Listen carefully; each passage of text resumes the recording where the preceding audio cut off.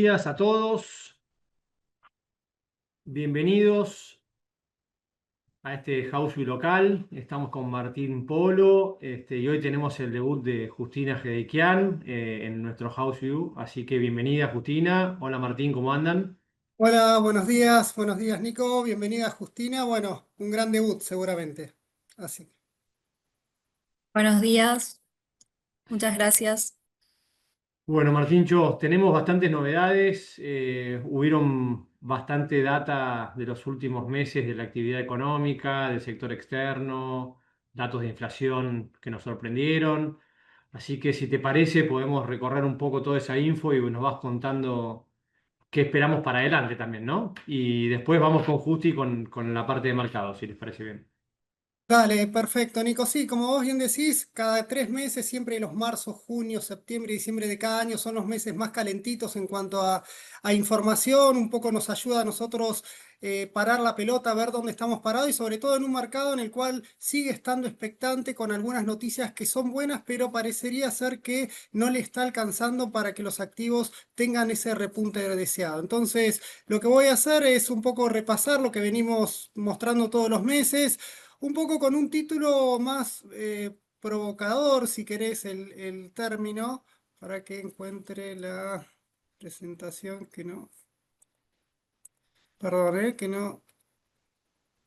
Dame un segundo, Nico, que no sé qué pasó acá. Ahí estoy. Perdón. A ver, ahora vos No decime pasa si, nada, si. si querés, hacemos como hice yo conmigo la última vez que no le funcionaba por y estábamos ahí uno y uno. No, ahí Dale, está, ahí se ve bien. dale, perfecto, ahí se ve perfecto, gracias. Bueno, tal cual, Nico. Bueno, entonces nos pusimos el overall a trabajar mucho con los datos, así que bueno, en estos media hora, 40 minutos vamos a tratar de ir repasando aspecto por aspecto de la macro, como para dejarle el arco libre a Justi y que nos comente después qué es las inversiones que estamos recomendando. En principio, el core de esta presentación es por qué para nosotros el nivel de reservas internacionales sigue siendo la parte flaca del modelo, no solo por la situación actual, sino también por las perspectivas que estamos viendo para, sobre todo para el segundo semestre, hubieron algunas señales que nos preocupan, así que bueno, dentro de todo este balizamiento que hacemos continuamente con el equipo, todos los jueves sacamos nuestro semáforo y también Mili lo viene comentando en los house video anterior, un poco cambié un poquito el formato de este semáforo, siempre amparándonos en nuestros tres pilares para analizar la economía.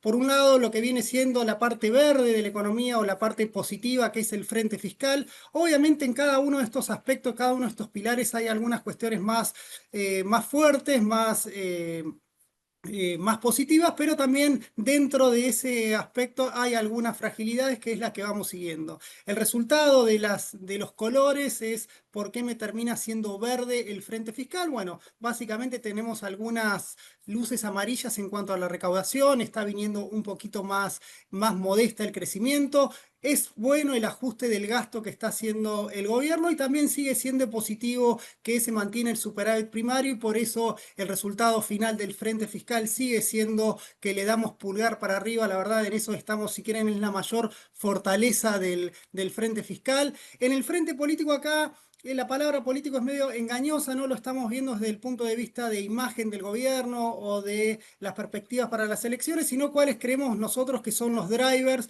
para que el gobierno tenga una buena performance política dentro de nuestro ambiente que es la economía, ¿no? Y en ese lado amarillo, ¿por qué es amarillo? Bueno, porque tenemos algunas cuestiones positivas, como que la inflación está bajando y va a seguir bajando. Tenemos algo amarillo que es la actividad pierde impulso, vamos ahí a analizarlo un poquito. Y también algo más anaranjado que aparentemente uno tenía cuando uno mira parecería ser que el tipo de cambio no se mueve y sin embargo sí están habiendo movimientos que incluso son superiores a los que teníamos el año pasado, así que lo ponemos como un anaranjado en el sentido de que es inestable, genera un poquito de ruido y por eso el resultado del frente político lo estamos poniendo en amarillo. Claramente, y como venimos diciendo desde que comenzó digamos, sobre todo el segundo semestre del año pasado, un poco diluido por el efecto del blanqueo, el frente externo sigue siendo la gran gran preocupación que tenemos. Ayer incluso conocimos nuevos datos y en este sentido, fíjate, Nico, que bueno, en anaranjado ponemos porque ya tenemos un déficit en la cuenta de bienes y servicios. Nosotros estamos acostumbrados a ver solamente la balanza de bienes, pero por lo general en todos los países del mundo lo que se mira es bienes y servicios reales y bueno, en ese contexto ya estamos deficitarios, así que eso es una luz amarilla para o anaranjada para seguir viendo.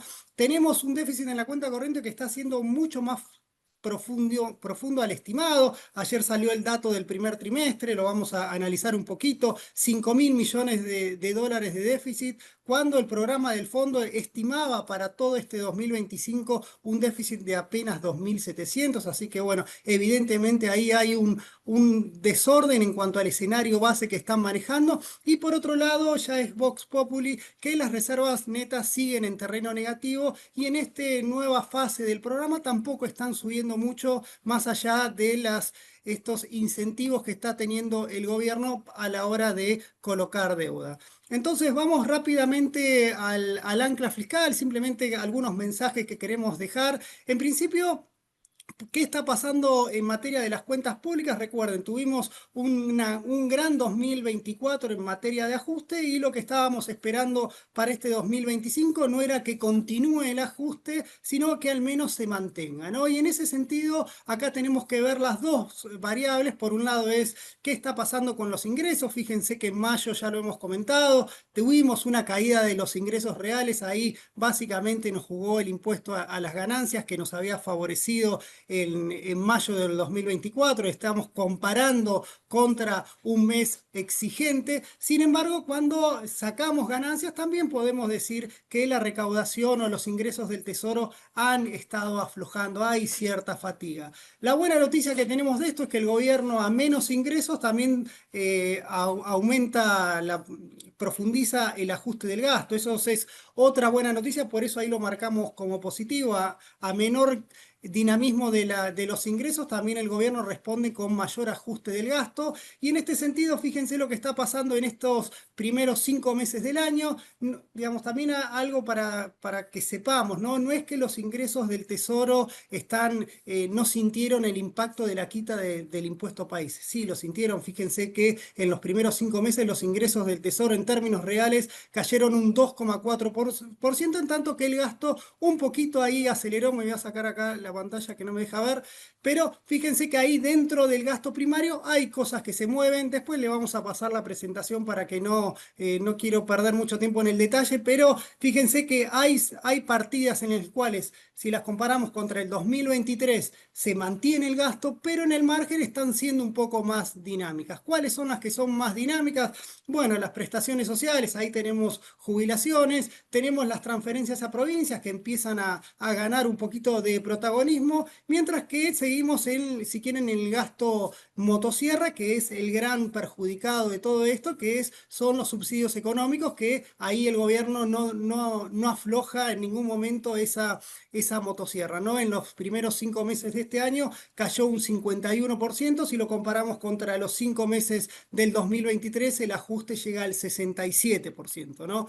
Y en esto ahí viene lo gran verde, el verdolaga que tenemos continuamente en los resultados fiscales, es que el gobierno mantiene un superávit primario continuo en toda su gestión. Prácticamente en solamente en un mes ha tenido resultado deficitario, pero fíjense que seguimos con un superávit primario, pero aflojando un poquito. Con esto no, digamos, era natural. Ahí un poco lo que estamos tratando de mostrar, que nosotros, por más que el gobierno tenga ese incentivo no solo la meta del fondo la voy a poner en 1,6, bueno, a nosotros no nos estaría dando esa dinámica. Creemos que este año mantenemos que el superávit primario va a ser del 1,3%, un poco aflojando respecto a lo que fue el 2024, que había sido del 1,8, pero bueno, la historia conocida que todos saben, que es comparado contra otros periodos, si quieren, el gran cambio.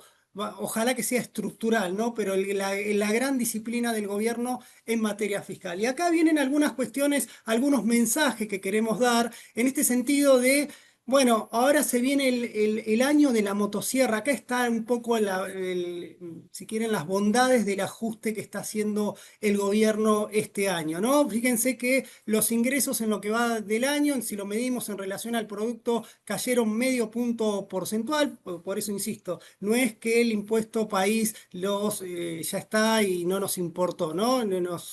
Son ingresos que dejamos ir, afortunadamente, ¿no? Pero no quiere decir que las cuentas públicas no lo sintieron. Lo sintieron, medio punto de PBI lo perdimos por esa baja de impuestos, también algo menos de retenciones y bueno, un poquito de todo un poco, ¿no? Pero fíjense que también en términos de gastos, el gobierno dejó el gasto prácticamente sin cambios respecto de nuevo. Estamos comparando en el margen, lo que pasa contra el 2024, con esto no que lo pongo ahí el 2023 como para recordar de dónde venimos y también darle ese pulgar para arriba en esa disciplina fiscal. Pero en términos concretos tuvimos una caída del superávit primario de casi medio punto del PBI y cuando lo vemos acá hicimos dos definiciones de lo que es, o tres definiciones de desagregar el gasto. Esto es lo que es licuadora, que es, si quieren, es más, que son las jubilaciones, prestaciones sociales, toda la parte de salarios. Y fíjense que acá el gobierno ya no puede abusar tanto de la licuadora como hizo el año pasado. El año pasado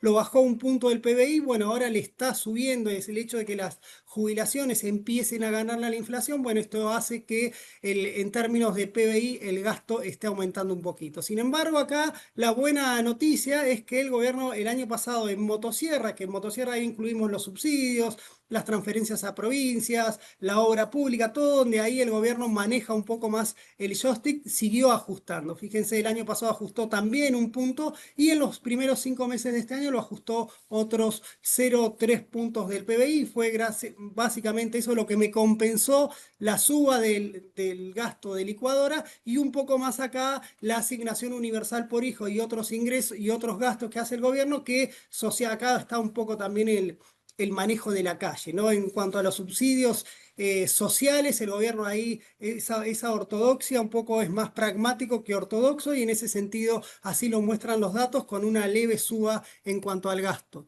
Y acá finalmente esto simplemente es un poco para revalidar esto que les veníamos comentando en cuanto que el ajuste se mantiene, en el margen estamos teniendo cierta suba, pero tampoco dramatizamos con eso, es como que en algunas cosas lo vemos como algo necesario que nos dé un poco más de tranquilidad a la hora de ver las cuentas públicas y sobre todo mirando de reojo el trade electoral. Con esto no queremos decir que el gobierno no queremos mostrar que si aumenta el gasto ganan las elecciones, pero bueno, siempre un poco de ser un poquito pragmático en este sentido, sobre todo con la UH, bueno, ahí el gobierno es bastante, si quieren, no sé si la palabra es sensato, pero es un poquito más flexible a la hora, tiene la billetera un poquito más suelta que cuando va a negociar con los gobernadores o por la obra pública, ¿no? Así que ese es el concepto en materia fiscal, Nico, por eso está en verde, no es la gran fortaleza que vemos en el programa, no lo podemos, si hay que pegarle por algún lado, esa no es la cara en la cual hay que hacerlo, obviamente hay que seguirlo porque así la historia de Argentina lo indica. Vamos a la parte más verde de esta presentación, que es lo que está pasando con la inflación. La verdad, el dato de mayo a nosotros nos sorprendió para bien, nosotros estábamos estimando más un 2%, un 2,1% que nos daba, incluso con la COR un poquito más arriba y sin embargo nos sorprendió con 1,5%, 43% en los últimos 12 meses. Anecdótico, si quieren, es la más baja desde el 2017 para periodos normales, si quieren. Y otra de las cosas que vemos, por eso lo pongo en el gráfico un poquito más detallado, no podemos con nuestros genios, en nuestro genio de analizar la macro lo más completo posible. Y cuando analizamos el IPC por capítulo, fíjense que todas las barritas están relativamente cerca, ¿no? Más o menos los precios. Para que un proceso de desinflación se vaya consolidando, por lo general tenemos que tener un bajo índice de dispersión de precios, ¿no? Que todo más o menos se vaya moviendo de la misma manera.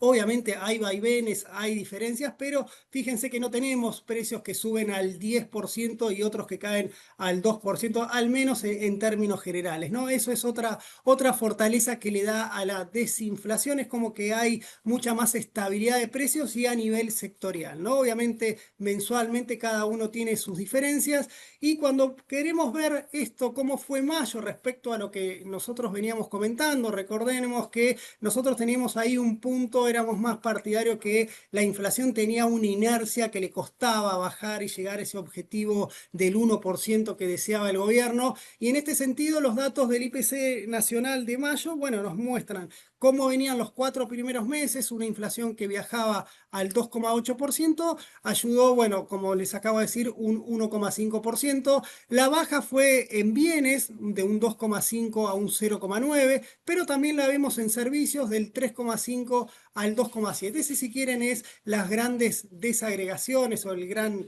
digamos, entre bienes y servicios. Y después lo queremos abrir de otra manera, que es en lo que es regulados, estacionales y lo que es la core. Acá tenemos, bueno, la gran ayuda que tuvimos de los precios estacionales que cayeron un 2,7% cuando venían viajando al 2,5%. Los regulados también aflojaron, ahí están un poco también las tarifas del 2,5 al 1,3. Y la buena noticia, fíjense que ahí la core, que tenía esa resistencia que viajaba más cerca del 3%, se acomodó más cerca del 2,2%. Algunas pinceladas de esta tendencia es, ahí también el gobierno está siendo un poquito más pragmático o por lo menos quitó el pie del acelerador en cuanto al ajuste de precios regulados. No, digamos, también es cierto que habían dado mucho. Fíjense que el año pasado los precios regulados habían subido 50 puntos más que la inflación core, mientras que los precios estacionales le dieron un ayudín ahí a este proceso de desinflación, se lo volvieron a dar en mayo y la inflación, los regulados, acá el gobierno empezó a administrar esa falta, lo que nos queda, ¿no? Para ajustar precios relativos. Esto es importante que lo tengan en cuenta porque es gran parte también de por qué nosotros vemos una inflación que va a continuar bajando, o por lo menos no va a llegar al 0%, pero sí podemos ver que en octubre seguimos insistiendo que de acá a los próximos 3 meses la inflación va a empezar con 1 y va a estar más cerca, más por debajo del 1,5, al menos después de julio. Junio va a rebotar un poquito, pero no haría grandes horas con eso. Gran parte de eso me lo va a explicar esto, que nosotros lo vemos que esta línea debería seguir un poquito para abajo, básicamente porque vemos precios regulados estables en un contexto en el cual la inflación core va a bajar, va a andar más cerca del 2%, un poco respetando esa nueva inercia que tienen. Con los precios estacionales, ahí es un random walk, veremos ahí qué puede pasar. Lo mejor que nos puede dar es que se queden estables. Esto nos puede, este ayudín por lo general se revierte, no sabemos cuándo, pero en algún momento podemos tener algún saltito en los estacionales que nos ensucie esa dinámica, pero no alarmaría que eso puede sacarnos de nuestro escenario base. Tenemos inflación baja y acá viene algo de por lo menos cuando nosotros paramos la pelota y vemos dónde estamos parados, un poco ahí nos sorprenden un poquito los datos porque la coyuntura nos abruma y a veces necesitamos pensar un poquito para dónde va la cosa, ¿no? Y acá vemos el tipo de cambio oficial. Fíjense, el tipo de cambio oficial, le damos el beneficio de la salida del cepo para personas físicas y cómo el tipo de cambio de 1.077 subió a los 1.201 y desde entonces se estabilizó. Uno tiene la idea, bueno, que el tipo de cambio no se movió más. Es cierto esto. Bueno, ayer esto porque fue en la última hora, pero estaría más cerca de los 1.190. Uno podría decir que está más cerca en la banda del centro. Por suerte, esto me permito decir, afortunadamente no vamos a la banda inferior, me parece que acá era algo muy, muy raro que pase, pero bueno, ni tampoco afortunadamente estamos yendo a la banda superior en un contexto en el cual para que eso pase también tenemos un banco central que dice en el mercado cambiario, yo argentino, yo no compro ni vendo, así que me mantengo en esto. Entonces, tenemos un tipo de cambio estable, pero cuando vemos la dinámica, vemos cuidado, ¿no? En el sentido de que, si quieren, esto es más si quieren, es más ventajoso o si quieren, es un punto más para el éxito del plan de desinflación, ¿no? Porque estamos teniendo que el tipo de cambio está subiendo más del 2%. Seguramente después Justi les hable un poco de los dólar link, pero mensualmente el dólar, cuando lo vemos en promedio, está subiendo al 2,6%. Y fíjense qué lejos quedó ese deseo del 1% que apuntaba el gobierno allá por febrero, marzo, ¿no? Duró solamente un mes esa estrategia, después tuvimos el salto de marzo y después en abril y mayo, perdón, en abril, mayo y lo que va de junio, está rindiendo o subiendo por encima del 2,5%. Un detalle que me gustaría así comentárselo porque es algo que nobleza obliga, ¿no? No, el dólar a nivel global no está dando una gran ayuda. Que el dólar se siga debilitando, ya lo hemos hablado en el House View Global, cuáles son los motivos, pero fíjense, dado que el dólar se debilita contra todas las monedas, en realidad nosotros contra todos nuestros socios comerciales, en lugar de estar subiendo un 2,6% nuestro tipo de cambio, está subiendo casi un 4%. Está bueno porque además le incorporamos acá esta ventanita de este comodín que tiene el gobierno de mejorar que el agro liquide lo más rápido posible la soja y el maíz. Esto se termina la semana que viene, se termina esa ventanita, ¿no? Pero fíjense cómo se respondió el sector. Estamos liquidando un junio casi récord. Vamos a ver si en estas 3 jornadas se acelera, pero esto es más o menos tomando el promedio de lo que va hasta ayer. Estarían liquidando 3.500 millones de dólares, que es más que mayo. Y si lo vemos en el diferencial, bueno, debería haber sido menor, ¿no? Porque siempre el mejor mes para la liquidación del agro es mayo. Bueno, acá estamos rompiendo esa regla. Dios te da, Dios te quita. Digamos, la duda que tenemos es que esto haya sido el efecto bandoneón de la liquidación del agro y en esto se empiece a respetar esa estacionalidad que tiene la liquidación y en los próximos meses veamos, bueno, estas barritas mucho más abajo y un poco nos compliquen ese escenario de estabilidad cambiaria. Eso lo vamos a hablar un poquito más tarde, pero también insistiendo con este punto que tenemos, el gobierno les mostré que la inflación vale 1,5, casi al 2, con la devaluación nominal contra el dólar en torno al 2,5%. Bueno, eso es ganancia de competitividad. Nosotros somos del team hay atraso cambiario, pero en el margen vemos que hay ciertas mejoras. Y esa mejora, bueno, nos viene de arriba, ¿no? También. Fíjense que con la debilidad del dólar se apreció el real brasileño un 10-11%, se apreció el euro, se apreció el yen. Bueno, todas las monedas se apreciaron contra el dólar y nosotros ahí nos quedamos ahí quietitos y solo tenemos esta ganancia de competitividad. Fíjense, en lo que va del año el tipo de cambio real ganó casi un 10% cuando contra Estados Unidos apenas ganó el 1%. Como siempre, ¿no? A veces eso es una foto. Cuando vemos la película, decir, bueno, es cierto que ganamos un 9,5 en lo que va del año, pero cuidado que estamos un 8% por debajo a lo que estábamos el año pasado. Básicamente, ¿por qué? Y bueno, porque las monedas suman un montón de volatilidad, estamos abajo contra todos nuestros socios comerciales y sin embargo, contra el dólar, la caída del tipo de cambio real es solamente del 5 o casi del 5% en un año atrás. La pregunta de siempre, Nico, la pregunta que todos, el debate, no sé si la palabra es, bueno, debate que sin solución, ¿no? Es cuán atrasado está el tipo de cambio. Nosotros pónganle el concepto que quieren, pero si lo miramos de un término, de una perspectiva histórica, este tipo de cambio es un tipo de cambio bajo. ¿Por qué? Fíjense lo que estamos en términos de tipo de cambio real contra todas las monedas. El tipo de cambio que a pesar de esta subidita que tuvo en los últimos, en lo que va del año, todavía está un 25% por debajo del promedio. 25%, ¿el promedio es el equilibrio? No, no lo sé, no lo sabemos, pero sí nos da esta sensación de que cada vez que estuvo viajando por estas zonas, es algo para tener en cuenta, sobre todo para cómo posicionarnos en términos de cartera. Esto si quieren, es riesgoso, ¿no? Digamos, es como que estamos saliendo a la calle sin paraguas y hay muchas nubes. Ese quería lo conceptual.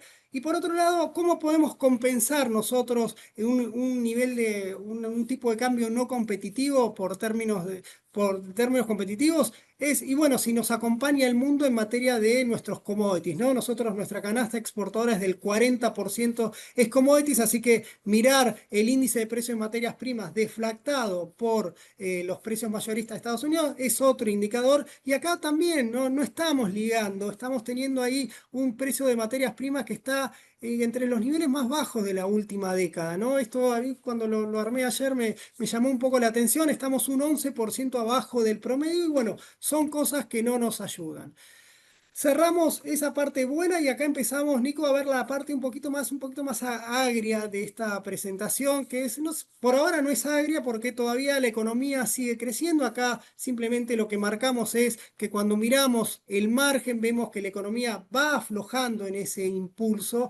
Naturalmente, quizás el rebote que tuvo en el tercer trimestre del año pasado fue muy fuerte y ahora se está moderando, pero bueno, en términos generales siempre es importante verlo para ver hacia dónde vamos, qué podemos esperar para los próximos meses, porque eso como que se va agotando ese arrastre estadístico que nos daba. Si lo comparamos contra el primer trimestre del año pasado, da un 5,8. Si lo comparamos contra el cuarto trimestre del año pasado, apenas crecimos un 0,8. Ya ven que salimos de la recesión.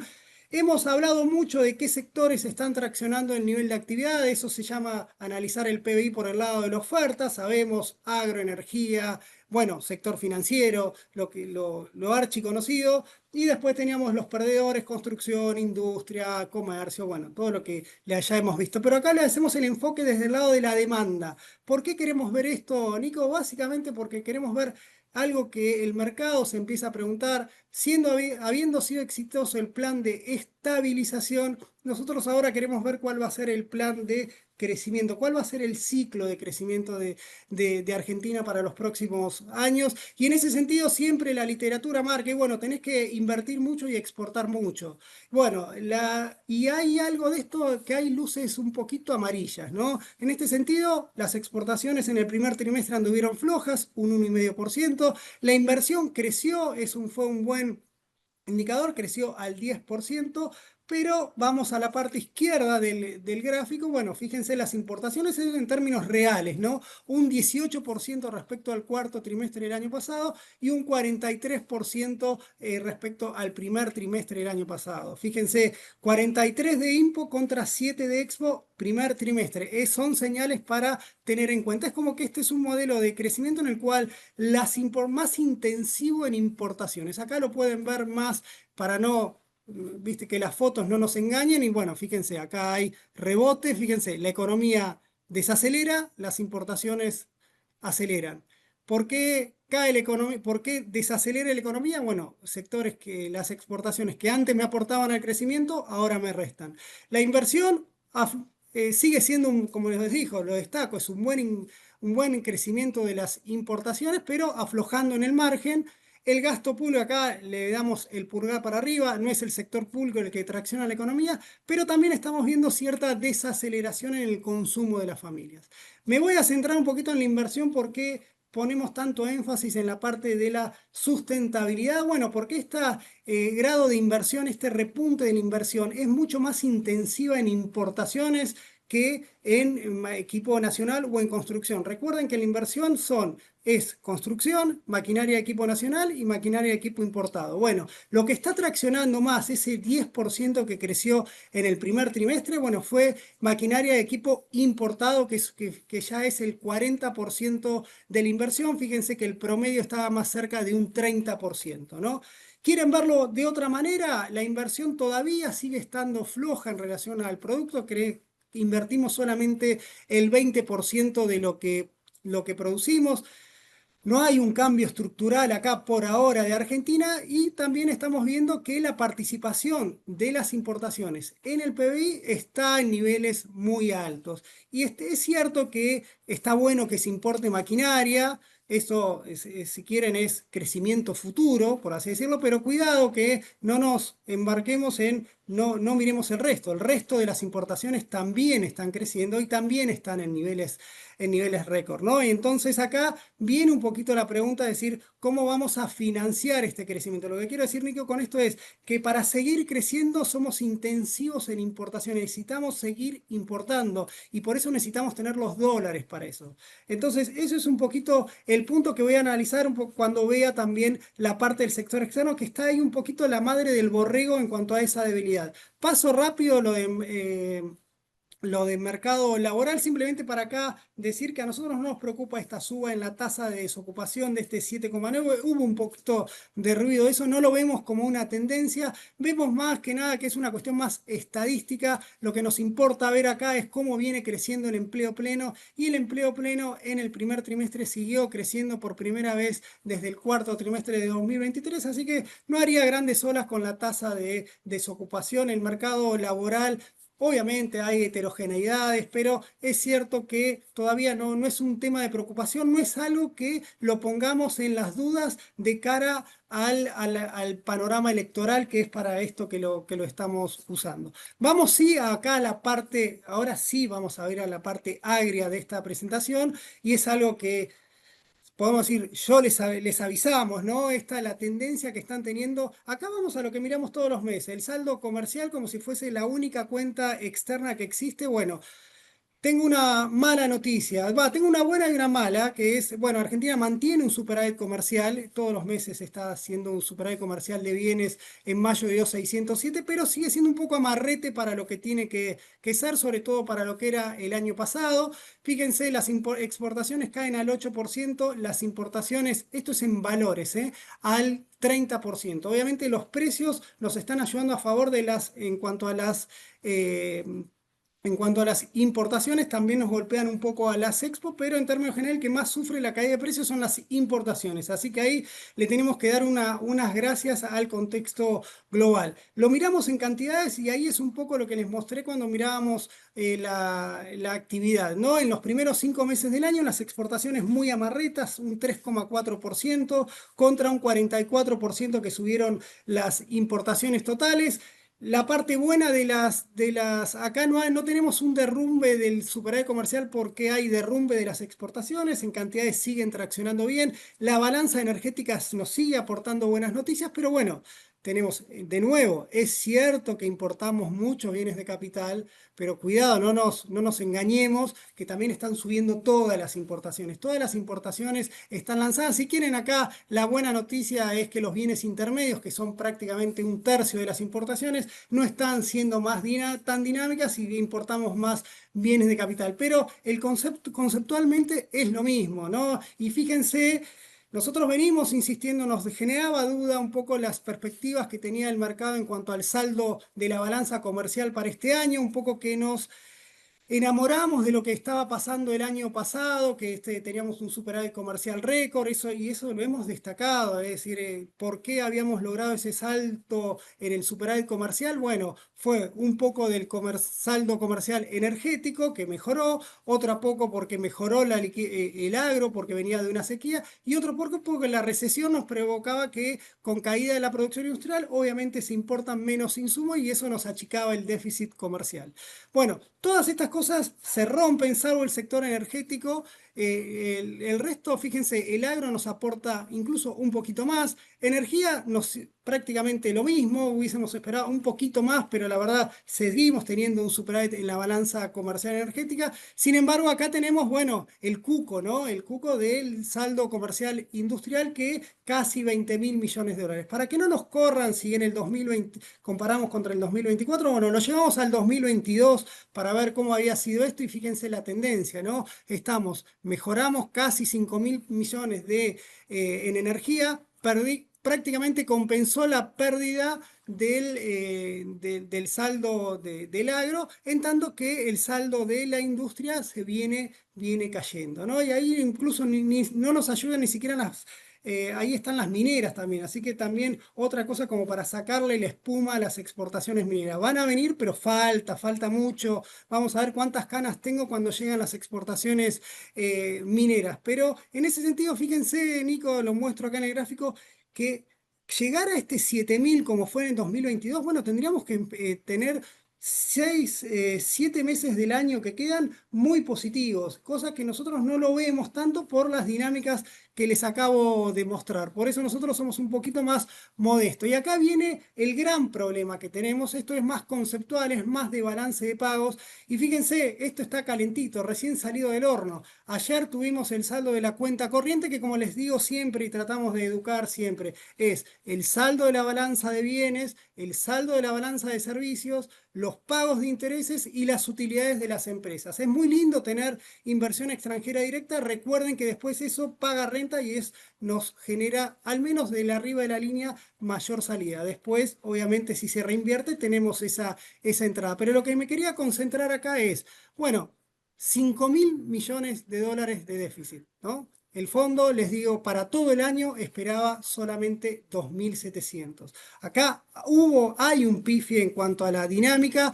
Está habiendo un peor saldo comercial, un derrape de la cuenta de servicios. Fíjense que ya el saldo de la balanza de bienes y servicios es deficitario. Atención con eso.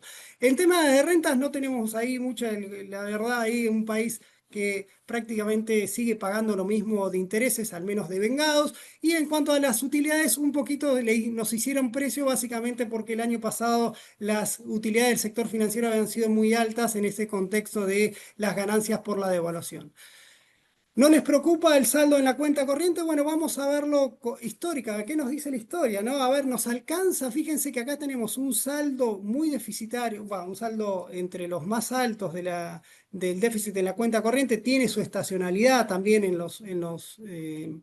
a lo largo del año, pero fíjense, acá ponemos toda la carne al asador. Estamos casi igual que en el primer trimestre del 2017, pero atención, con un superávit comercial mayor, ¿no? Y ahí nos juega un poco el sector energético y ahí están nuestras preocupaciones.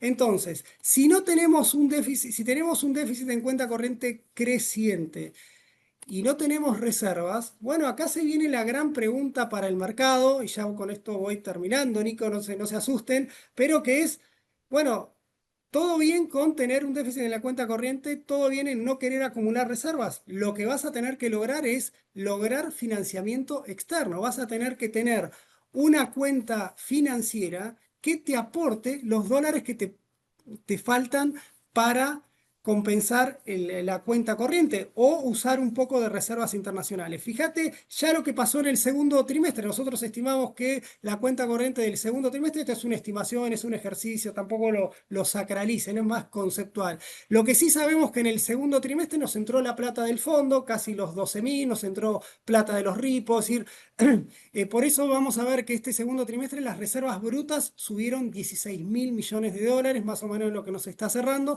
Gran parte de esto porque fue y por el ingreso de capitales que tuvimos, ya sea sector privado y sobre todo organismos internacionales del sector público. Eso es lo que nos financió. Pero bueno, la vida continúa, tenemos que... Para los próximos 2 trimestres, nosotros seguimos viendo ese déficit en la balanza, en el saldo de la cuenta corriente. Perdón.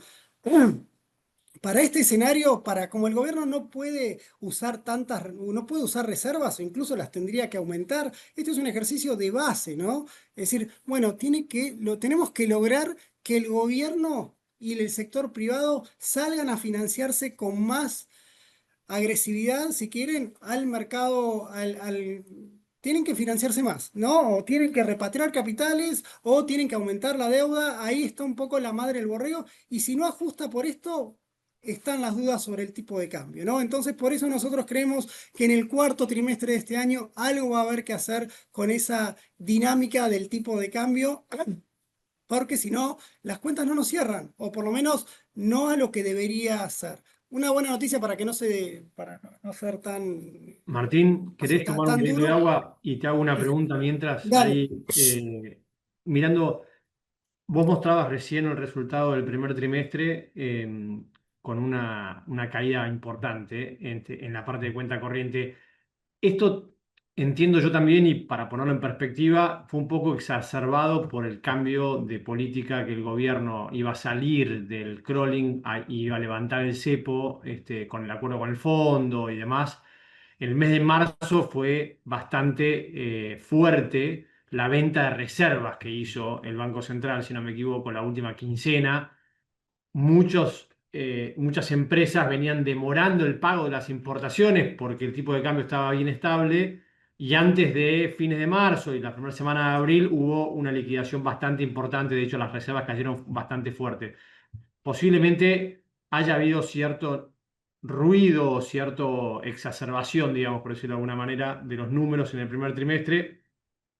De todas maneras, creo que el punto tuyo, que es muy válido, es que este tipo de cambio favorece a que las importaciones sigan creciendo a un ritmo por encima de lo que generamos dólares vía exportación. Por ende, el gap hay que cubrirlo con emisión de deuda y o ingreso de capitales externos, ¿no? Que por ahora digamos que lo que viene ingresando es más por ingreso de deuda que otra cosa, ¿no? Exacto, Nico. A ver, el movimiento, esto es de vengado, esto si querés, Nico, le puse más una mirada conceptual y estructural. Fíjate que acá ya estoy abriendo a mayo. En mayo estacionalmente tuviste un mejor saldo comercial, pero bueno, es como que no alcanza para lo que vos necesitas. Cuando vimos la evolución de las reservas, ahí lo vimos también con la liquidación del agro, es más, pues si quieres, es para ver lo que va a pasar en el mes, ¿no? Cuando nos piden, bueno, puede ir, es como que la mirada es el trade al mes, a los 15 días o a un mes y medio.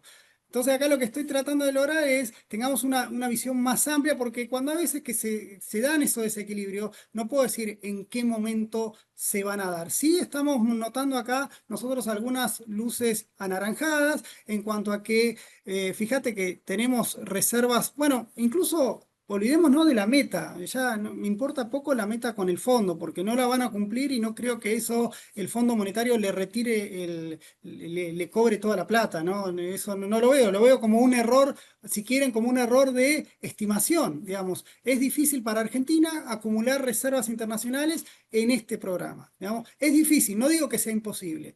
Es difícil y los tiempos se van acortando. Entonces, eso es un poco el punto, Nico. Después, por algún lado, la economía va a tener que ajustar o puede convivir con esto, puede convivir con reservas negativas y vamos piloteando de a poco. Por ejemplo, esto como la deuda se paga, ¿no?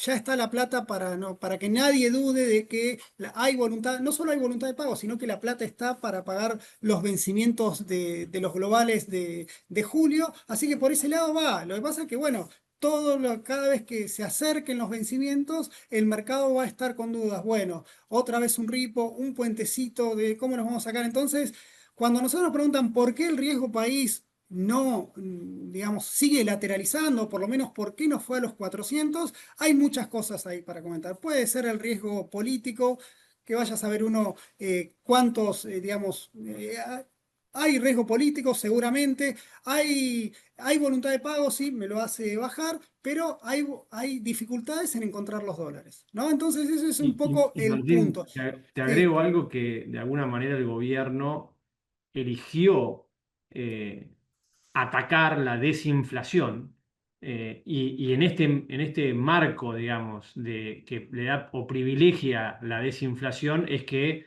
no quiere comprar dólares entre las bandas, o sea que comunicó que compraría dólares únicamente por debajo del piso de la banda. Entonces, argumentando de que no quiere emitir pesos, que no quiere imprimir pesos que vayan a influenciar o incrementar la circulación y por ende a atacar o a atentar contra el proceso de desinflación. Esto también dificulta, digamos, la posibilidad del gobierno de acumular reservas, porque está claro que hoy por hoy la demanda y la oferta de reservas diaria, semanal, mensual, está bastante calzada, como decís vos, el agro está liquidando muy bien.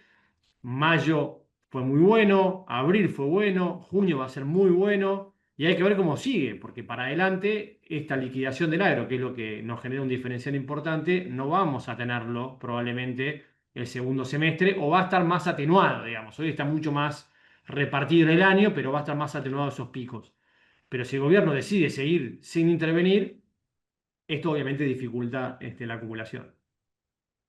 Tal cual, Nico, recordaba que hace un par de, creo que el anterior o el otro, titulamos el House View priorizando la desinflación, ¿no? Nosotros creemos que el programa del gobierno apunta al menos hasta las elecciones es bajar la inflación lo más rápido posible y lo más abrupta y lo más abrupta posible, ¿no? Entonces, en ese sentido es que no quiere, por eso decíamos el Banco Central un poco mira al cielo, aunque bueno, no lo presenté acá, pero ojo que esa flotación que hace el Banco Central, bueno, tampoco está tan limpia, ¿no? Considerando que ya le está encontrando el gustito al mercado de futuros. Pero para no sacarle más tiempo a Justi, que seguramente lo va a hablar, acá un poco nos faltó una pata, les hablé de tipo de cambio, les hablé de inflación, les hablé de reserva, me falta hablar un poco de moneda, lo voy a hacer rápidamente, prometo, que es la gran duda, ¿por qué las tasas de interés siguen estando sobra tasa acá? Es la pregunta, ¿no? 2,8, 2,9 la inflación, la tasa contra una devaluación que va al 2,5 y contra una inflación que va por debajo del 2%. Tenemos tasas de interés reales positivas. ¿Qué es lo que está pasando a mi modo de ver, ¿no? Obviamente esto es más, si quieren, cada cual es una forma que tengo de explicarlo. Bueno, la dinámica que tenemos no es, para mí, no es cierto que los depósitos estén cayendo y los depósitos están traccionando. Fíjense, lo que hubo está en junio, lo que está viendo es cierta caída en los depósitos transaccionales y están volando los plazos fijos. Esto ahí, la verdad, ese argumento tanto no me cierra. Cuando vemos cómo viene junio en materia de depósitos, vienen creciendo al 2,3%. La gran el problema que tiene, el problema entre comillas, es que el crédito sigue, si bien aflojó un poquito en el margen, fíjense, veníamos de tasas del 4% mensual, ya estamos al 3%, en términos comparados contra un año atrás se duplicó los préstamos en términos reales, pero fíjate esta dinámica, Nico, ¿no? Créditos subiendo mucho con depósitos en relación al producto cayendo, tenemos la liquidez del sistema, se vino a pique, ¿no? Acordate que tienen que encajar una parte, entonces están al límite y esto me genera esta presión sobre las tasas de interés, por eso estamos teniendo que, si a la TAMAR la deflactamos por la inflación y la anualizamos, estamos más cerca de una tasa de interés real en torno al 10%, que sigue siendo una preocupación, digamos, bueno, lo vamos a ver después con cómo posicionarnos, ¿no? Pero acá, bueno, acá en la parte de dólares voy rápido y acá con esto sí cierro, Nico, para no quitar más tiempo. ¿Qué es lo que nosotros estamos viendo? Para que tenga más dudas, está el artículo de Mili, recién salió del horno ayer, en cuanto a las perspectivas para el tercer trimestre, y para concentrarnos no bien en el margen, que es lo que más les interesa a los oyentes seguramente, vemos una inflación a partir de julio, septiembre, promediando, como les dije, el 1,2, casi el 1%. Firmo acá esto, si se da, ojalá se dé.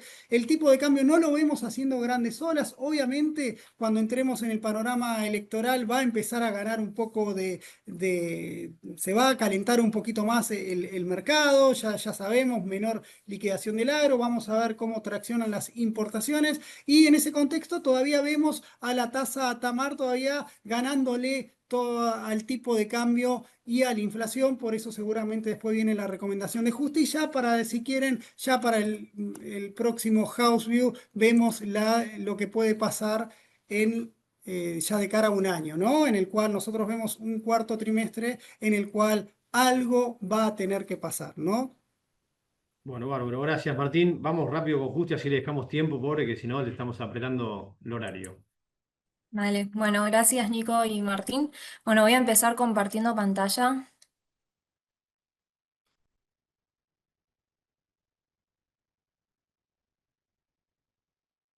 Ahí se ve bien. Sí, perfecto. Ampliala si querés para que te tome toda la pantalla, pero se ve perfecto.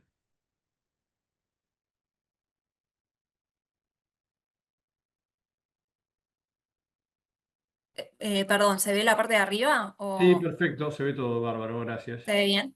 Buenísimo.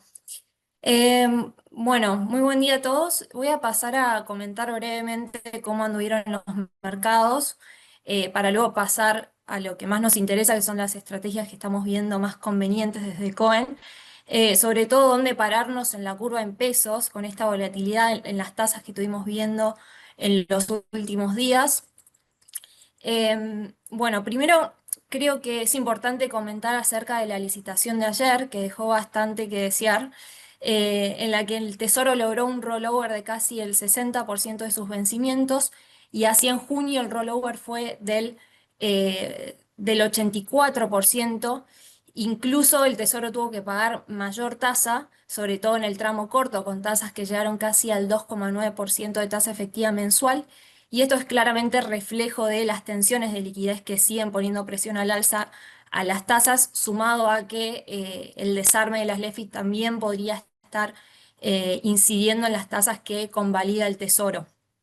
Y habiendo comentado esto, si comparamos cómo se posicionaba la curva tasa fija, hace un mes podemos ver una clara descompresión de rendimientos en el tramo corto de la curva, mucho más acentuada que en el tramo largo, y esto se da también en un contexto en el que el Banco Central junto con el Tesoro anunciaron este paquete de medidas para reordenar la liquidez con la eliminación de las LEFI, la recompra de puts y también la emisión del nuevo BOPREAL, lo que en principio nos llevaba a pensar que podría generar cierto alivio en las tasas, sobre todo en las licitaciones del Tesoro, pero que al final terminó generando cierta presión al alza.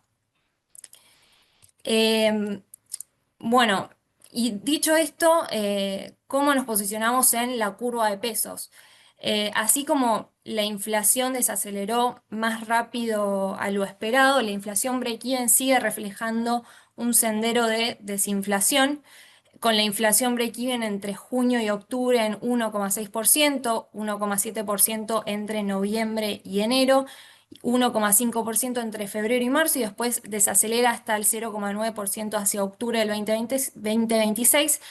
Sin embargo, si proyectamos el rendimiento de los bonos SER manteniendo la tira actual del mercado en un horizonte de 6, 9 y 12 meses, lo que podemos ver es que la tasa fija tiene un mayor rendimiento directo que el upside potencial que podrían ofrecer los bonos ajustados por inflación, que esto hace un mes nos daba lo contrario, es decir, incluso con asumiendo un sendero bastante optimista de desinflación, nos daba que los bonos SER tenían un mayor upside, pero ahora esta ecuación cambió y parecería que los instrumentos a tasa fija tendrían mayor upside. Si lo miramos en un horizonte de 6 meses, el T15 de 5 tendría mayor potencial de upside que el TZX de 5. Si lo miramos a 9 meses, vemos que, bueno, en este único caso, el TZXM6 tendría un mayor upside que el rendimiento directo del T3F6. E incluso si vemos el rendimiento que podría llegar a tener el bono dual TTM26 y mirando la Tamar Break-Even, que hoy en día se encuentra casi en un 24%, y teniendo en cuenta nuestro escenario base de tasas para marzo del 2026, que es del 27%, en este caso el bono dual pagaría la tasa Tamar, que bueno, hoy en día el rendimiento a finish rondaría en el 29,7%, que claramente supera el rendimiento del T3F6 a finish, que sería del 22%. Y si vemos, bueno, en un horizonte a 12 meses, ahí sí podemos ver claramente que el Boncap T30J6 tiene un rendimiento directo superior a lo que podría ofrecer un instrumento SER. Pero también es muy, muy parecido al rendimiento a finish que tendría los bonos duales si efectivamente pagan su pata tasa fija, ¿no? Eh,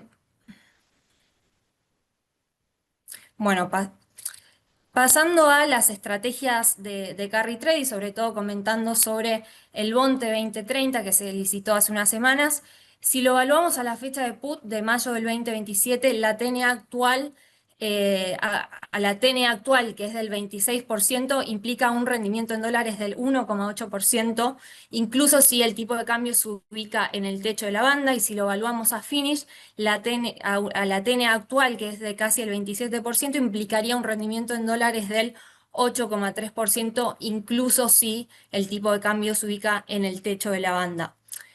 De todas formas, también si observamos cómo está la devaluación break-even contra el BPO C7, es decir, el BOPREAL sería 1C, que tiene un vencimiento muy similar a la fecha de put, o el AL30, el mercado esperaría un tipo de cambio por encima del centro de las bandas hacia 2027 y 2030. Y esto claramente nos lleva a pensar que el mercado descuenta un mayor riesgo cambiario en el largo plazo, y en este marco, si bien creemos que hasta las elecciones el tipo de cambio podría mantenerse en el centro de las bandas, aunque con volatilidad, como estuvimos viendo en las últimas semanas, podrían llegar a generarse mayores presiones en el tipo de cambio después de las elecciones de octubre. Y por otro lado, también la quita temporal de retenciones, que finaliza ahora en junio. Bueno, en este sentido hay que estar atentos a cómo esto impacta en la oferta de divisas. Igualmente, el lado más positivo, si continúa consolidándose el sendero desinflacionario, eso probablemente le dé un mayor impulso a las estrategias de carry, pero seguimos eligiendo posicionarnos en el tramo corto de la curva, como la S29G5 o la S30S5, sobre todo por esta presión al alza que estamos viendo en las tasas de corto plazo, que nos hace privilegiar más el tramo corto. Y para estrategias de largo plazo, como mencionaba hace un rato, los duales nos parecen atractivos como el TTM26 y el TTJ26. Y para inversores incluso más arriesgados, el Bond 2030 parece una oportunidad interesante. Si vemos el cuadro de acá abajo, lo que podemos ver es que proyectando distintos escenarios de tasas, como por ejemplo si mantenemos la tira actual, que es de más o menos el 27%, podríamos tener un rendimiento bastante interesante si el tipo de cambio se ubica en el centro de la banda, que sería un rendimiento del 21%, y incluso si se mantiene la TIR y se va al techo de la banda un 0,5%, obviamente que también está el riesgo de que la tasa descomprima y el tipo de cambio suba hacia el techo de la banda, y en este sentido tendríamos una pérdida de capital en dólares del 13%. Bueno, y pasando a comentar acerca de las estrategias en dólares, fíjense cómo los bopreales junto con los provinciales fueron los mayores ganadores del año, mientras que los soberanos tuvieron bastante volatilidad. Y también, si vemos el gráfico a la derecha, podemos ver cómo el rendimiento del G30 fue comprimiendo hacia los rendimientos de los corporativos triple C, mostrando cierta correlación en sus movimientos. Y en particular, pasando a comentar sobre los bonos soberanos, los principales drivers para una compresión del riesgo país, que hoy se ubica por encima de los 700 puntos básicos, son el ancla fiscal, el frente político y la acumulación de reservas.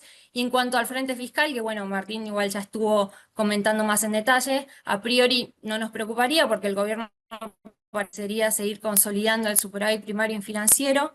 En cuanto al frente político, esto va del lado de la actividad, que sigue moderándose, pero de forma más moderada, y también una inflación que se desacelera más rápido que lo esperado. Y como ya comentó Martín, una de las mayores debilidades del programa es el frente externo, sobre todo la acumulación de reservas, que está lejos de cumplir las metas con el FMI.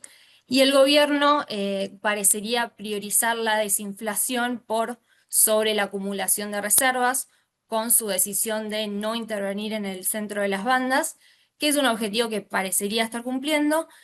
Y en este sentido, el gobierno estaría apuntando a una buena elección en octubre, lo que permitiría una compresión del riesgo país que facilite el regreso a los mercados internacionales de deuda.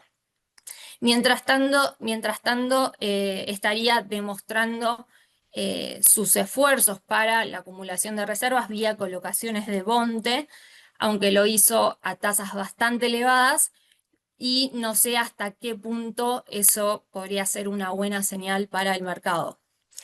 Y también no hay que dejar de lado el contexto global, que como vemos en el gráfico, como vemos en el gráfico anterior, lo que pasa en lo global termina impactando en los activos de riesgo, como lo son los corporativos high yield norteamericanos y el ENVI emergentes, y por lo tanto eso también podría llegar a impactar en Argentina. Y dicho todo esto, seguimos siendo constructivos en cuanto a la deuda soberana hard dólar, que además, bueno, pagan cupón dentro de 14 días. Me gusta el tramo medio largo de la curva bajo ley extranjera, el G35 y el G38, que son los que tienen un mayor potencial de upside ante escenarios de compresión de riesgo país, que además tienen un rendimiento corriente del 5,9% el G35 y 6,8% el G38, comparado con el tramo más corto que tiene un rendimiento corriente de aproximadamente un 1%. Y antes que me pregunten por qué no el tramo corto, que está amortizando capital y devuelve un 8% ahora en julio, la verdad es que para ser conservador prefiero el Bopreal Serie 1C, que rinde un 8,8% y tiene un rendimiento corriente muy similar al del GD41. Y bueno, para terminar, para perfiles un poco más conservadores, en el tramo corto privilegiamos las obligaciones negociables bajo ley local. Tecpetrol con una TIR del 5,6% que paga un cupón semestral de casi el 6%. YPF 2027 que tiene una TIR del 6,8% y cupón trimestral del 6,25%. Y en el tramo largo privilegiamos las obligaciones bajo ley extranjera, YPF 2031, garantizada por exportaciones, con TIR del 7% y cupón semestral del 9,5%. Telecom 2031, con TIR del 8,6% y cupón semestral del 9,5%. TGS con una TIR del 7% y cupón del 8,5%. Obviamente estas son empresas con muy buena calificación crediticia, así que esas son las ONs que estamos recomendando. Buenísimo, Justi. Bueno, muchas gracias. En una resumida explicación y recorrida por todos los activos de riesgo y los activos de tasa fija, tanto en pesos como en dólares. Muy resumido, una pregunta nomás te hago. Ahí veo que hay un cambio en cuanto a lo que estamos recomendando. Estamos posicionándonos más en tasa fija en pesos versus inflación. Imagino tiene que ver con la desinflación hacia adelante, pero también tiene mucho que ver con esta particularidad de que en el corto plazo estamos conviviendo con tasas muy altas, que vemos que tienen que comprimir, ¿no? Eh, Exacto. y después, por otra parte, eso como pregunta te lo hago, y después, en otro orden de preguntas, te vuelvo a insistir. Tramo largo versus tramo corto en soberanos por un tema de compresión de riesgo país, o sea, ese es el driver principal. Respondiendo a tu primera pregunta, en cuanto a lo que es la curva de pesos o tramo corto, digamos, estrategias de más corto plazo, privilegiamos más lo que sería el tramo corto de la curva tasa fija, justamente por esta presión al alza que se está viendo en las tasas. Incluso el Tesoro estuvo convalidando tasas elevadas. Sí vemos por ahí, bueno, en el cuadro que les mostré hace un rato, que si quisiéramos hacer una estrategia de hacia 9 meses, el TZXM6 un instrumento SER que podría llegar a generar un mayor potencial de upside respecto a los instrumentos a tasa fija. Esto es obviamente incluso considerando un sendero optimista de la inflación. Y en cuanto a tu segunda pregunta de las estrategias en dólares, claramente si vemos como el driver principal es la compresión del riesgo país. Si vemos para el tramo G35, G38 tiene un upside bastante interesante si el riesgo país vuelve a comprimir, por ejemplo, hacia los niveles que vimos a principios de enero. Así que bueno, esos serían los principales drivers, digamos. Bueno, perfecto, buenísimo. Bueno, Justi, muchas gracias. Martín, muchas gracias por tu participación también. Y los esperamos a todos en el próximo House View, ya en el mes de julio. Veremos si lo hacemos durante las vacaciones o previo. Bueno, bueno, muchas gracias. Muchas gracias a todos. Hasta la próxima.